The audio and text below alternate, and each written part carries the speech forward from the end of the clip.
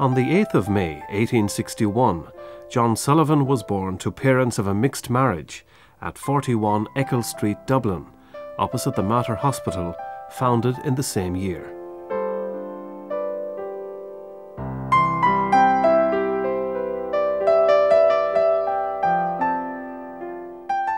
He was the youngest of 5 children, 4 boys and 1 girl. It was the custom at the time that the sons of a mixed marriage followed their father's faith, while daughters were formed in the faith of their mother. And so on July 15, 1861, John Edward Sullivan was christened at the nearby St. George's Church of Ireland, where his older brothers Edward, Robert and William had also been baptized. He was born into a life of early Victorian elegance.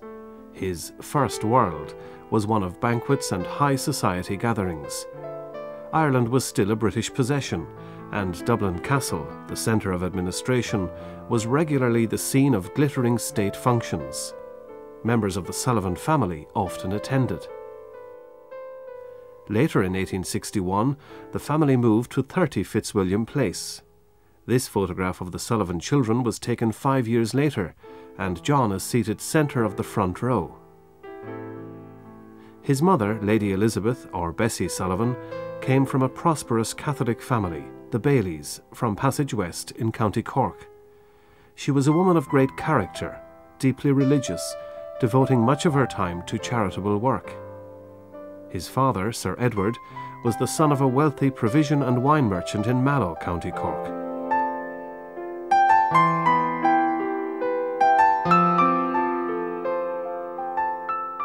He entered the legal profession and was regarded as one of Ireland's greatest barristers, becoming Lord Chancellor in 1883.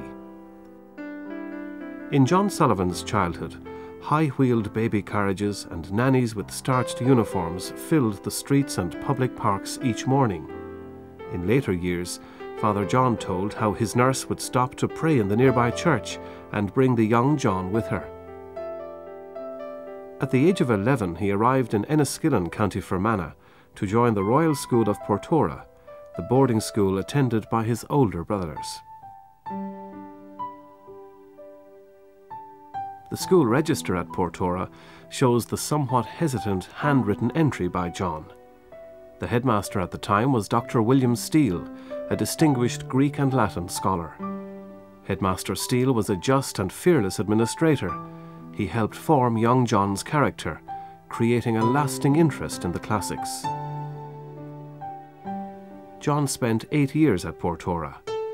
At times he seemed a lonely figure, seeking solitude on the banks of the River Erne or on the holy island of Devenish and the monastery of the Chaldees. On the 18th of October 1877, his brother Robert was drowned in Killiney Bay while trying to rescue 2 friends. A sudden squall had capsized their boat, and his remains were never found. John was just 16 and still a boarder at Portora. Many years later, he wrote movingly of the grief experienced by his mother on Robert's tragic death. John excelled at secondary school. Among his many prizes was a study of Greece by Professor Mahaffey of Trinity College, Dublin. His many medals and books are preserved at Clongowes Wood College in County Kildare.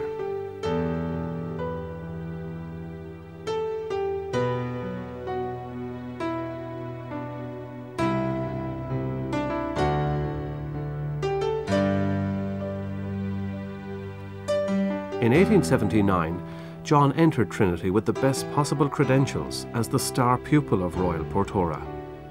He graduated in 1883, receiving a senior moderatorship and a gold medal in classics. Once described as the best-dressed young man about Dublin, John took an active part in the social life of the capital. He was an expert whist player and developed a particular passion for cycling and mountain climbing. John's father died in 1885, and shortly afterwards he left for London. From there he travelled extensively throughout Europe and Asia Minor, spending some time at the Greek Orthodox monastery of Mount Athos, where he made many friends.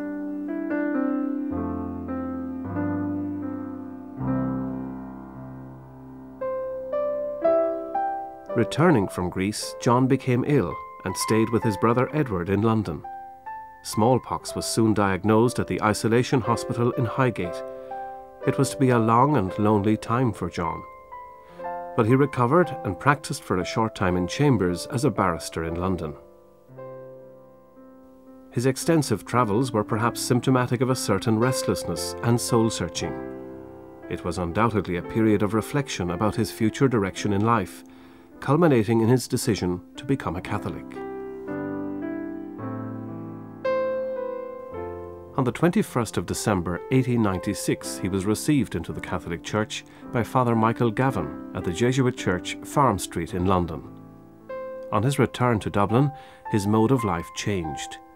He continued his career as a barrister, but withdrew from his former social life and banished luxuries from his bedroom in Fitzwilliam Place. He also set about quietly visiting the poor in city slums and the sick and the dying in the hospice at Harold's Cross. 2 years later, in 1898, his mother died peacefully. John was deeply devoted to her and had her grave in Dean's Grange Cemetery lined with lilies. Of his mother he wrote, "To her prayer and resignation to God's will, I believe I owe everything." His mother's death helped focus things further for John, and in 1900 he decided to enter the Jesuits. On the 7th of September that year, at the age of 40, he began his training at the Jesuit noviceship in Rahan, near Tullamore. 7 years later, he was ordained to the priesthood in the Society of Jesus and celebrated his first Mass in the chapel of the Irish Sisters of Charity at Mount St. Anne's, Milltown in Dublin.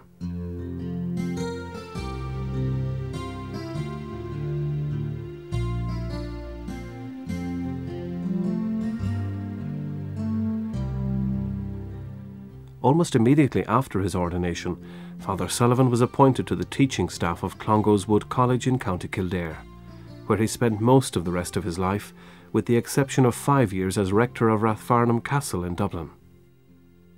This period in his life, from 1907 until his death in 1933, was to be his second world. His life was characterized by acts of self-denial and by a total commitment to the service of God and of others. He and his crucifix, which belonged to his mother, were never separated.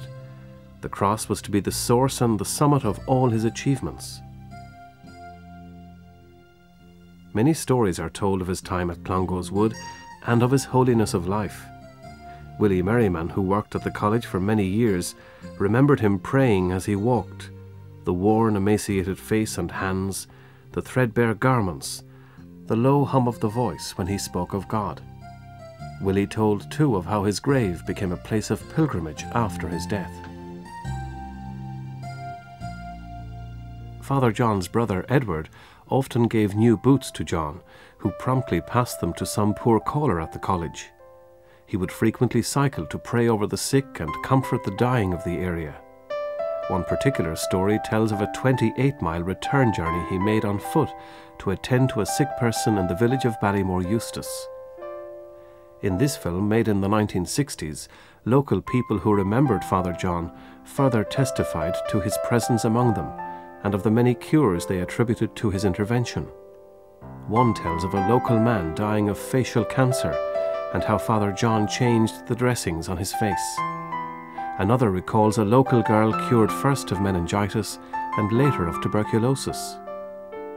One Clongowes Jesuit, a contemporary of his, recalled meeting a donkey and cart. The cart contained a 12-year-old girl crippled from birth.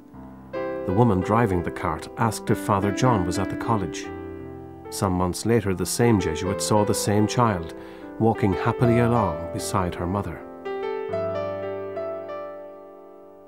This building, the People's Church at Clongowes, became the centre of his ministry and the source of his strength.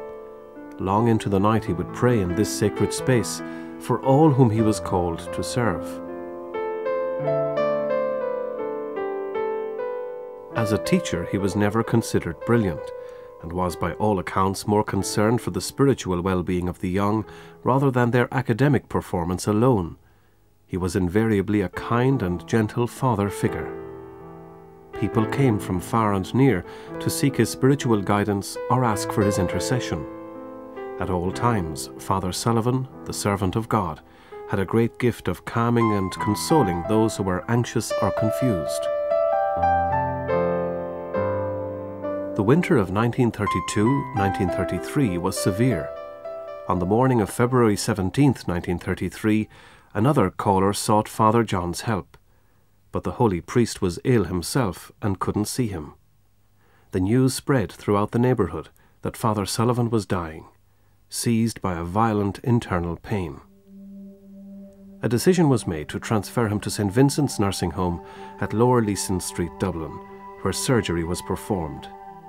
His brother, Sir William Sullivan, remained with him to the end, while young and old gathered in the People's Church at Clongowes to pray for the humble servant of God who was no longer to live among them.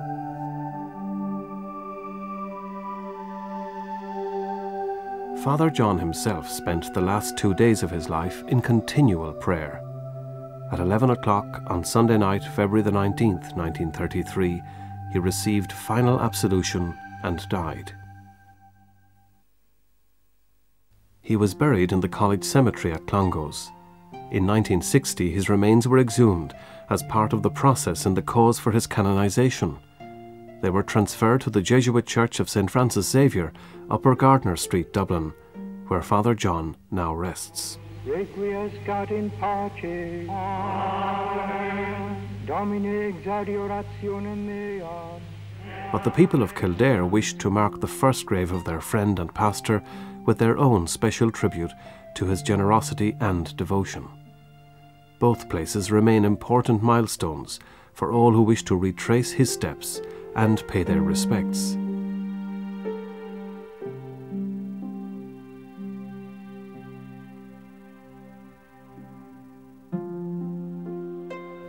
Some see John Sullivan as a solitary, gaunt figure, pointing aloft to God.